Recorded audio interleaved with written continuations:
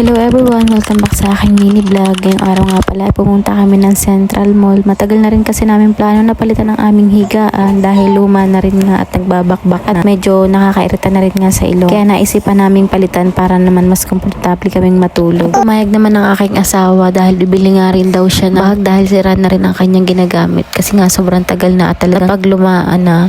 Kasama nga pala namin ang aming dalawang anak. Kahit medyo umulan at medyo traffic, buti na lang at malapit lang ang Central Mall. Kaya saglit lang talaga din ang biyahe. Pagdating namin sa mall, kita-kita na naman ang tuwa ng mga bata. Dumiretso agad kami sa bilihan ng bag at nakabili naman agad ang asawa ko. Syempre, hindi na naman napigilan ng bunso ko. Nakakita siya ng laruan dahil mahilig siya sa aso. Napabili kami ng batering laro ang aso. Kaya happy na naman siya. Pagkatapos namin bumili ng bag at laruan, pamunta naman kami sa Save Mall para nga maghanap ng higaan. At ayun, dito nga kasi maganda ang quality ng mga foam at branded. Habang nag-iikot-ikot kami, may nakita na naman ng anak ko ng mga kung ano-ano, kaya panikuha din siya, nagugulo lang ang display.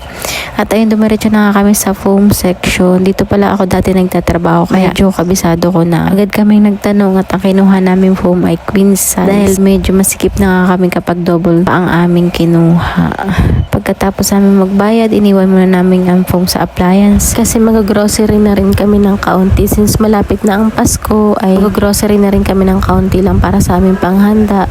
Hindi na kami uwi ng probinsya ngayong taon dahil walang maiiwan dito sa bahay. Kaya dito na lang kami magpapasko at last year na may nakauwi kami kaya okay lang na alternate. Konti lang ang binili namin, yung mga paborito lang ng mga bata. At syempre, paborito ng aking asawa, ang fruit salad. Bumili na rin kami ng spaghetti, mga gamit sa bahay at konting dilat at mga stock ng mga bata.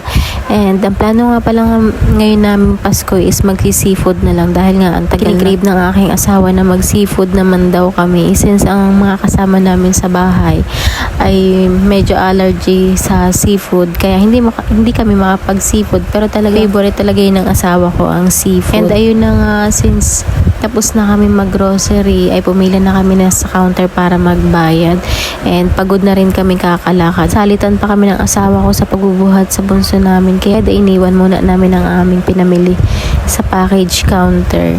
And umakyat kami sa taas ng Central Mall, naghanap kami ng makakainan. Umakyat muna kami pero wala kami masyadong nagustuhan. And yung panganay ko naman ay may nagustuhan and yung gusto ko naman ay antok na. Kaya bumaba na lang kami at pumila kami sa Jollibee kaya lang wala nang ang bakanting upuan kaya nauwi kami sa Greenwich at buti na lang ay may bakanting upuan doon at busog at satisfied naman kaming lahat. And nakakatuwa nga, enjoy na enjoy ang aking anak dahil nga sa pagkain ng pizza na maraming cheese, gustong gusto niya yun and hindi rin nagpapatalo ang aking asawa. Gusto rin niya yung ginagawa ng anak ko na pahabain yung kanyang kinakain pizza, hindi naman humaba. Enjoy na enjoy talaga and busog. Pagkatapos kumain, umuwi na rin kami. Nag-tricycle na nga lang pala kami pauwi kasi nga may dala kaming grocery at mahasel kung mag-jeep pa kasi meron pa kaming phone. Tayong buti na lang ay hindi umulang kahit ginabi na kami. And ayun lang ang aming ganap ngayong araw. Maraming salamat sa panonood at hanggang sa susunod na mini vlog.